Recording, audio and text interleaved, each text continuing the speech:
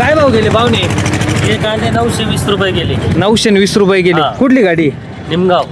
निमगावची गाडी आहे मित्रांनो. येवला कांद्याची तालुका. क्वालिटी बघा. येवला तालुका. शेतकरी काय नाव आहे आपलं? सोमनाथ भागीनाथ लबडे. सोमनाथ भागीनाथ लपडे. हा. पर काय आहे बाजारभाव चांगले वाटते का? बरे. बाजार भाव कमीच आहे. एकरी 60,000 रुपये खर्च येतो कांद्याला. एकरी 60,000 रुपये खर्च. मजुरी द्यावा लागते, वाहतूक, आता हे आणायचं भाडं थोडं बरोबर. काहीच परवडत नाही. वातावरण. हे वातावरण, खादीचे गोण्याचे भाव, औषधाचे भाव, सगळ्यांचे बाजार वाढले.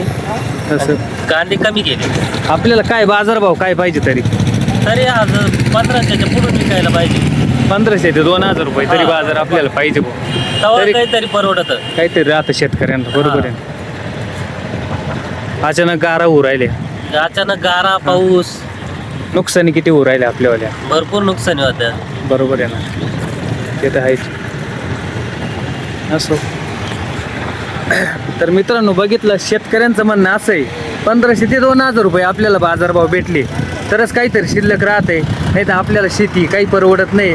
खाटी ठेवली तरी चालन आपल्याला. बरोबर आहे का नाही? हा. मी म्हणतो सगळी घर घालू धंदे झाली. आहे की नाही? नाही परवडत नाही या भावात. बरोबर आहे. शेतकऱ्याच्या कोणत्याच मालाला भाव नाही. असं कांदे करा, मका करा, सोयाबीन कोणत्याच करा, याला भाव नाही. काही करायला गेलं तर संकट तिथं आहेच आहे. पाऊस बरोबर आहे ना.